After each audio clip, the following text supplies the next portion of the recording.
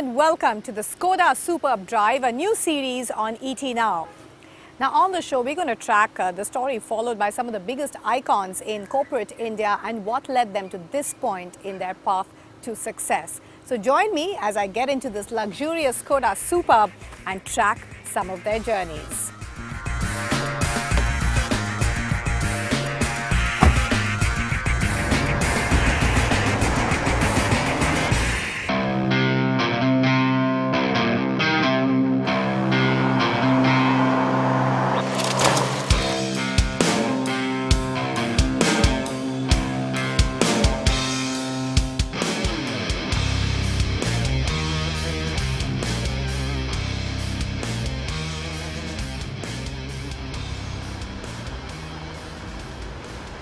So who is our first business icon on the Skoda Superb series? I'm going to give you a few clues. He hails from the retail industry, often being called a pioneer. He's also set up India's first department store.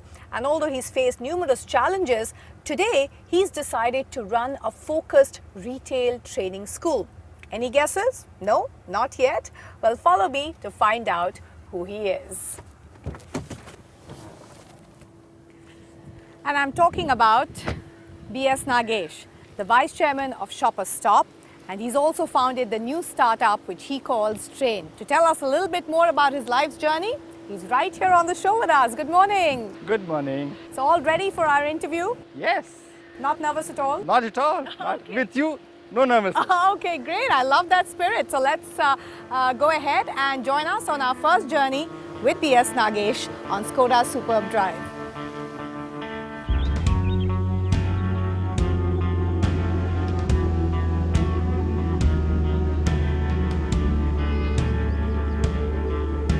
Let's begin our story, and as we start this journey, with how your journey is taking shape now in all the new roles that you've taken forward. How would you like to describe it?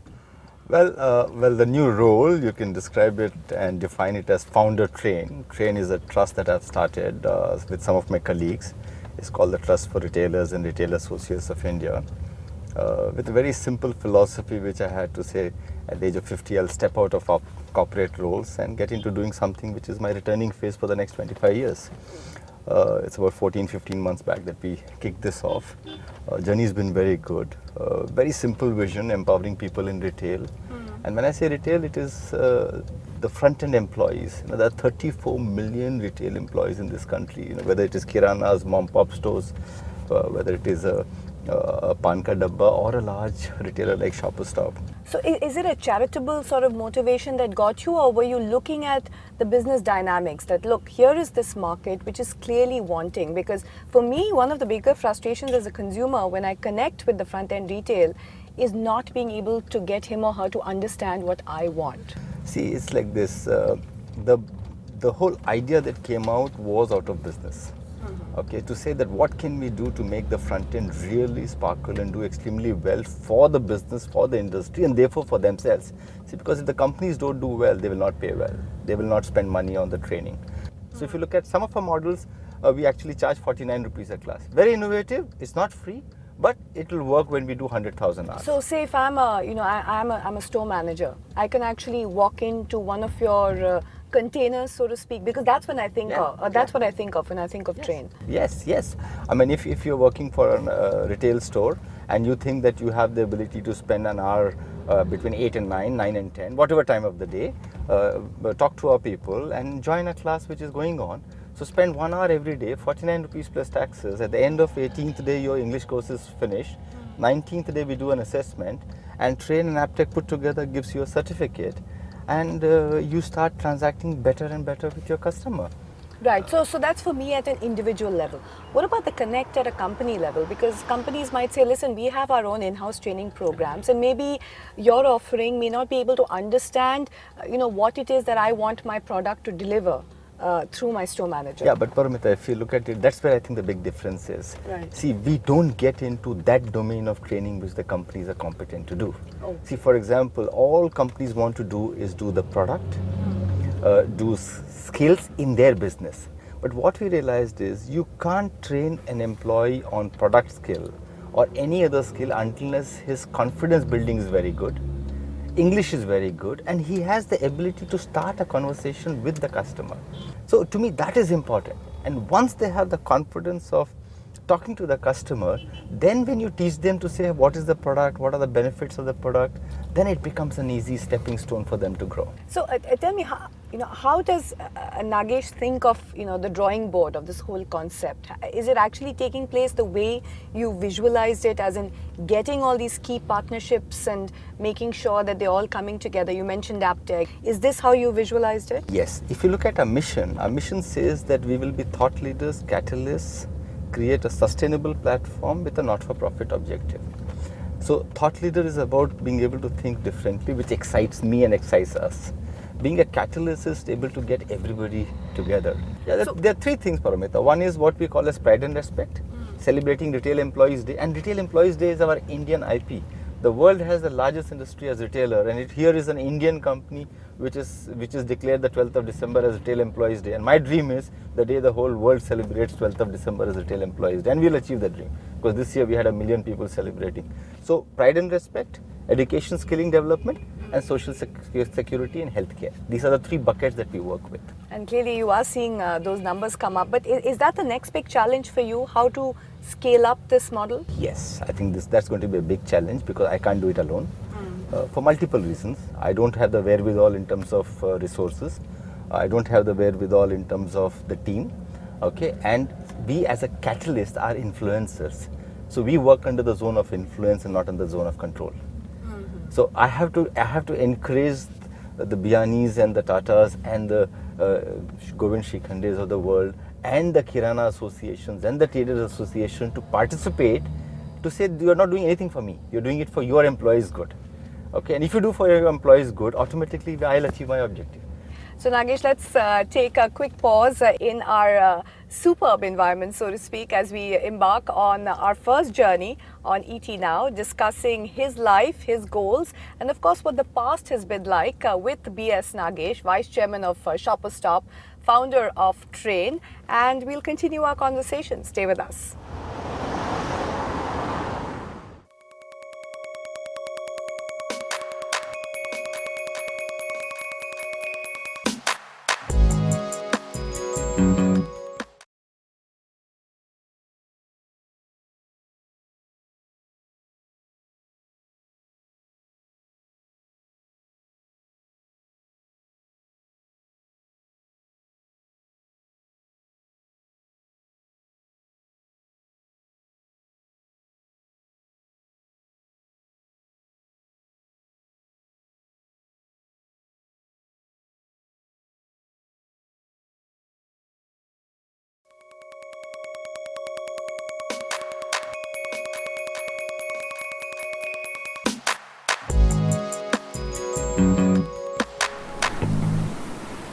Welcome back to the second leg of our journey on the Skoda Superb Drive right here on ET Now. And today we've been driving through the journey that B.S.Nagesh has taken in the world of retail. We spoke about where he was in the first part, but let's take a step back and talk about how his journey began. Nagesh, once again, welcome back to the show. And your journey began in the retail space with Shopper Stop. That was way back in 1991. How do you look back on those days? And when you took that first step into retail, did you ever ask yourself, what am I doing? This is a completely new industry, never been tried before. Yeah, actually my journey in retail began slightly before Shopper Stop. I was running about 128 small stores in Corona. Right. And they were all 500 square feet stores. So like any youngsters, I wanted to do a 50,000 square feet store. Honestly, I didn't know what a 50,000 square feet would look like. And it so happened that my boss heard this, and his friend, who is a headhunter, also heard. And Mr. Raheja gave the assignment to the friend to say, I'm looking for somebody who can run a 50,000 square feet store.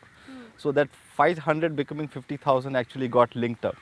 I was called to Mumbai and I joined Mr. Raheja for this business, which had no name that time. I was the first employee.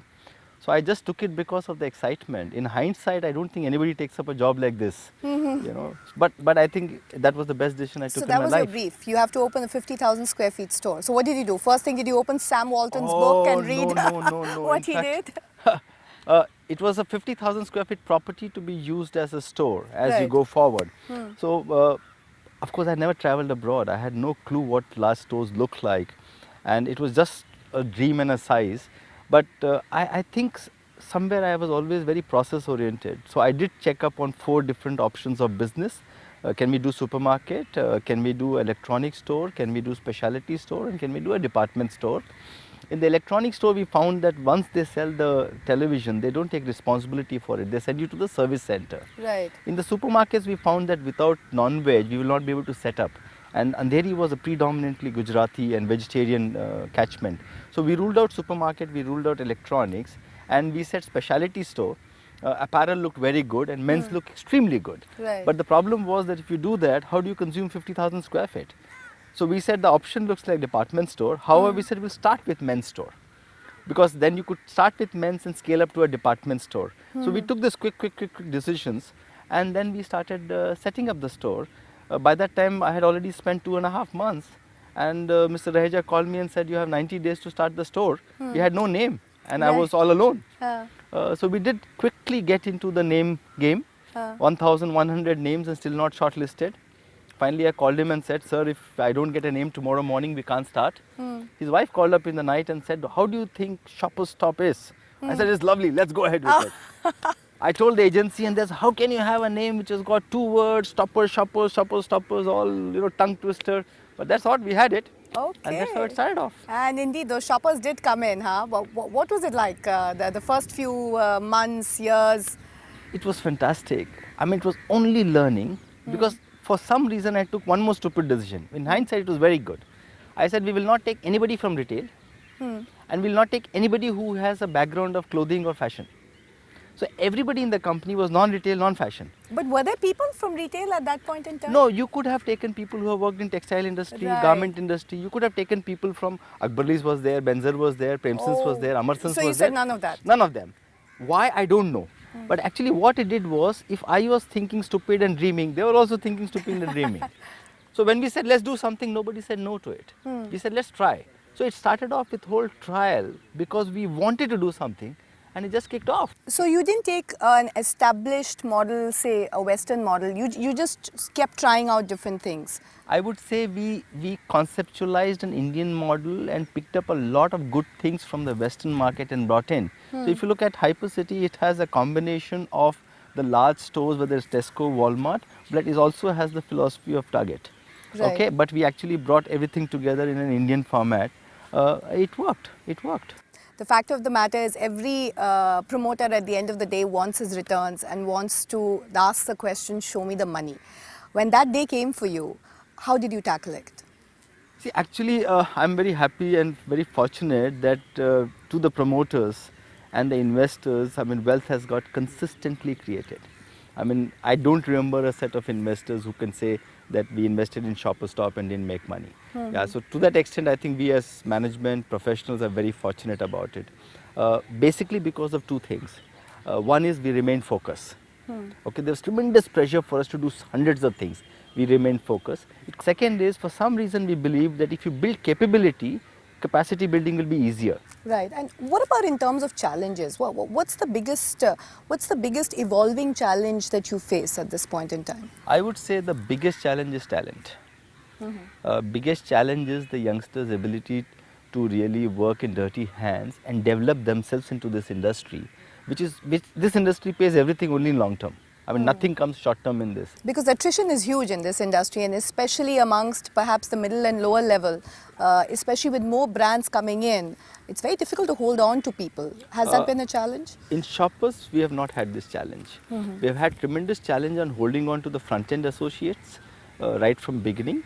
But in the middle management and the top management, we have not had that big a challenge for 2 reasons. One is very early in the stage, the promoters, Rahejas, recognize the co-creation of wealth.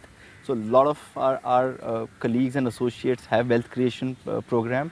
We also looked at a baby kangaroo program where we saw that talent will continue to grow and create career for them.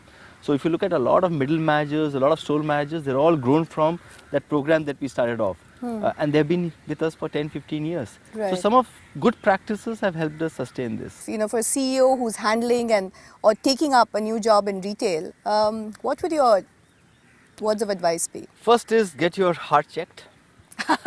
If you got a weak heart, don't get into the business. Because this is the only business where the results are declared every day. What you do yesterday, when you open the doors of the business next day morning, 10 o'clock you open, 10:05 you get to know whether you have succeeded or failed. Okay, unlike many businesses where you can live for a year and then, by the time you have got your promotions, the failure is behind you. In this business, it doesn't happen like that. So I think the first is that. Second is, don't look at if you're looking at less than 3 to 5 years. Because the cycle of establishment takes you between 3 to 5 years. That's the second. And third is be focused. Fourth is work along with the team. You cannot do anything in this business alone. So it's very, very unfortunate that I keep getting the credit, but I'm fortunate that even my team members get the credit for it. This is not a single man business. I mean, it's a team business. Okay, on that note, our journey hasn't come to an end yet because we still want more insights from you. We are on the Skoda Superb Drive right here in this beautiful beach surrounding in Mumbai, and we'll continue our journey, talk a little bit about the future of retail with none other than B.S.Nagesh. Stay with us.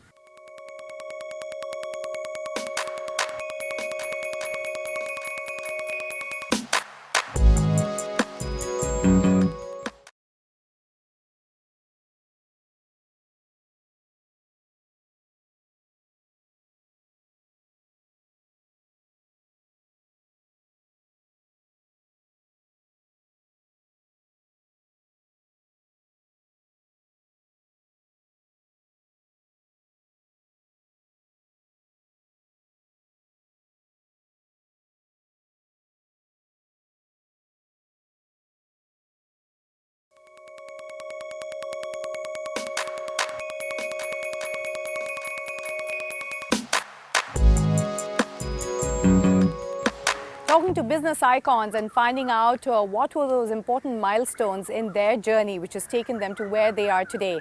And today our journey has been in the world of retail with B.S.Nagesh of Shoppers Stop, and of course the new career path he's chosen for himself, still related to retail. But let's focus on the industry, Nagesh, and where we are at this point in time with FDI and retail coming through. Everybody's talking about it being a new beginning, but many cynics are saying, listen, there are too many deep-rooted problems in the way the industry has grown and the business models it has evolved for things to change overnight. Are you an optimist, a pessimist at this point? Where would you stand?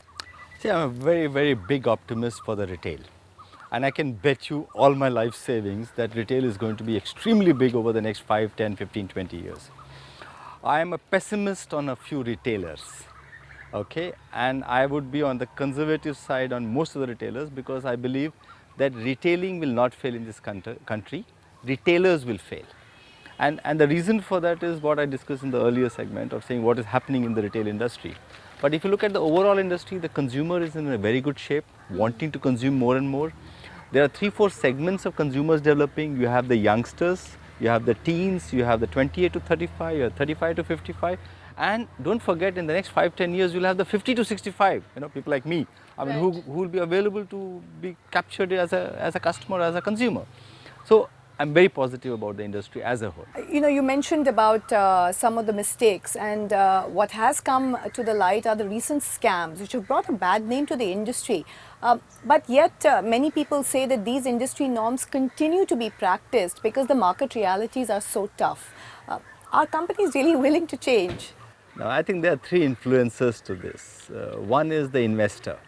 I think in the last few years the investor felt that you get into retail, put money, and the market pays you multiples. Okay, I think that's not true anymore. So they have become very cautious. So it's gone are the days when you'll just take a retailer, put the money. I think corporate governance, compliance, all that has come in. So that part is very, very positive. The second part is the reality on the ground. I mean, there is corruption, there are issues. I mean, those are not going to go away. So you have to learn how to deal with them and be sane in the way you run the business. If you want to run faster, I mean, these are some of the hurdles. I would say if you're conservative, you'll not have an issue. The third is the retailer himself. If you look at all the failures have happened because they have tread on their own shoelaces. So if you are not, I mean, आप खुद नहीं सुधरोगे, so you can't do anything about it. So I think that is the issue. So 2 of the things are improving. The investors, the private equity players, the capital markets have actually started giving premium to people who are well governed. As far as the consumers are concerned, they are extremely positive. Retailers have learned the lessons. On the ground, the issues will remain. I am not seeing an improvement. Because expectations, have they really been tempered, especially at this point in time when a lot of the foreign brands are wanting to come in themselves and they are comparing India to, say, a China and the kind of return multiples that you mentioned. What would you say makes India still attractive at this point? The only thing that makes India attractive is, or I would say two things. One is the consumers, and second is the low level of penetration. I think both of them get huge opportunity for any retailer. Why we can't be compared with China is because retail is heavily dependent on infrastructure, and we are very poor on infrastructure. So Nagesh, now you have Indian retailers some who are well capitalized, some who are not, and you have foreign retailers some of whom are already here and some who are waiting to enter this market on their own. What's your prognosis for all these set of players? Let me start with the foreign retailers. I think there's a huge opportunity for them, especially if they are single branded, because especially if they are in single branded apparel. Because I think the government's policy really favors single brand apparel retailers to come into the country because they're already sourcing out of the country. If they are single brand in non-apparel, I think there is an issue in terms of the sourcing norms, which makes it difficult for them to enter. Coming into multi-brand foreign retailers, I think the laws are still very complicated. But the fact that FDI has been opened up, FI monies will come in, I think that's a big opportunity. But before they can capitalize on the opportunity, looks like the Indian multi-brand retailers will capitalize on the opportunity because of the availability of money. So where does e-commerce fit into it? Because that's seen an explosion. Yeah, I think e-commerce is doing a fantastic job of expanding the market. So they are paving the path for the offline business, because today if you look at it, a lot of tier 2, tier 3 people have actually directly accessed e-commerce even before seeing modern retail come in terms of brick and mortar. So e-commerce is expanding the pie, which is very, very good. Also, I believe e-commerce as a business will succeed in India. There's no doubt about it with the 4G coming up. Issue will be, will all e-commerce retailers succeed? No, because the model is quite flawed as of today in terms of the costs and the margins. Because if you look at the flight or the movement of capital, e-commerce players seem to have no dearth of for the want of capital right now, whereas your brick and mortar retailers, franchisees are always crying out about if capital is coming in at all, it's coming in at a very high cost. This is also a herd mentality, and it's also, if one gets excited with something, then others also want to be excited. People are chasing this as a business. Don't forget, the largest player in the world took so many years to make money. So I think here also the struggle will be there, but 2 or 3 will strike it very rich. Do you think you have really plumbed the inside out of this industry and really understood it to the core, or there's still surprises left? Everybody thought that I have retired, and a lot of people say that I have retired from Shoppers Stop, and this is a new journey. It's not true. Actually, my journey is beginning. This is like a startup for me. I'm as excited about understanding retail, and I'm fascinated by what I'm learning, because earlier my learning was restricted to Shoppers Stop, its size department store, world around department store. I also happen to be on the board of IGDS worldwide, so I get exposed to all department stores around the world. Now my journey is about the 300 square feet. Now the journey is about knowing Mr. Cheda of Ramnik of Cheda stores. Right. How does society stores become modern? How does New Roman stores become modern? I think that's the new journey. It's very exciting, very new, and I'm learning. I'm learning, and sometimes the excitement is almost like I'm going back 20 years back. If I were to go and ask your wife about the B.S.Nagesh now and the B.S.Nagesh earlier, what do you think she would say? Well, I think she will say the earlier B.S.Nagesh was horrible, no time. And don't forget, for years I worked on Saturdays, Sundays and took off on Thursdays. So we never had family together ever, for years. Okay. Today's B.S.Nagesh, I hope she loves it. I'm getting worried that she should not say this guy is available when I want. But I don't know about it. Too much of a good thing. Okay, in fact, let's maybe continue our journey there, because right now we've completely run out of time. Still so many questions to ask. But in the meantime, having spent so much of time with us, I have to take you out for lunch. Let's do that. So let's head out back. Thank you very much. Absolutely. Well, that brings us to the end of this Skoda Superb Drive as we drove through the journey that B.S.Nagesh has taken in his years in retail as he charts out a new future for himself. We'll catch you again next week. Until then, goodbye.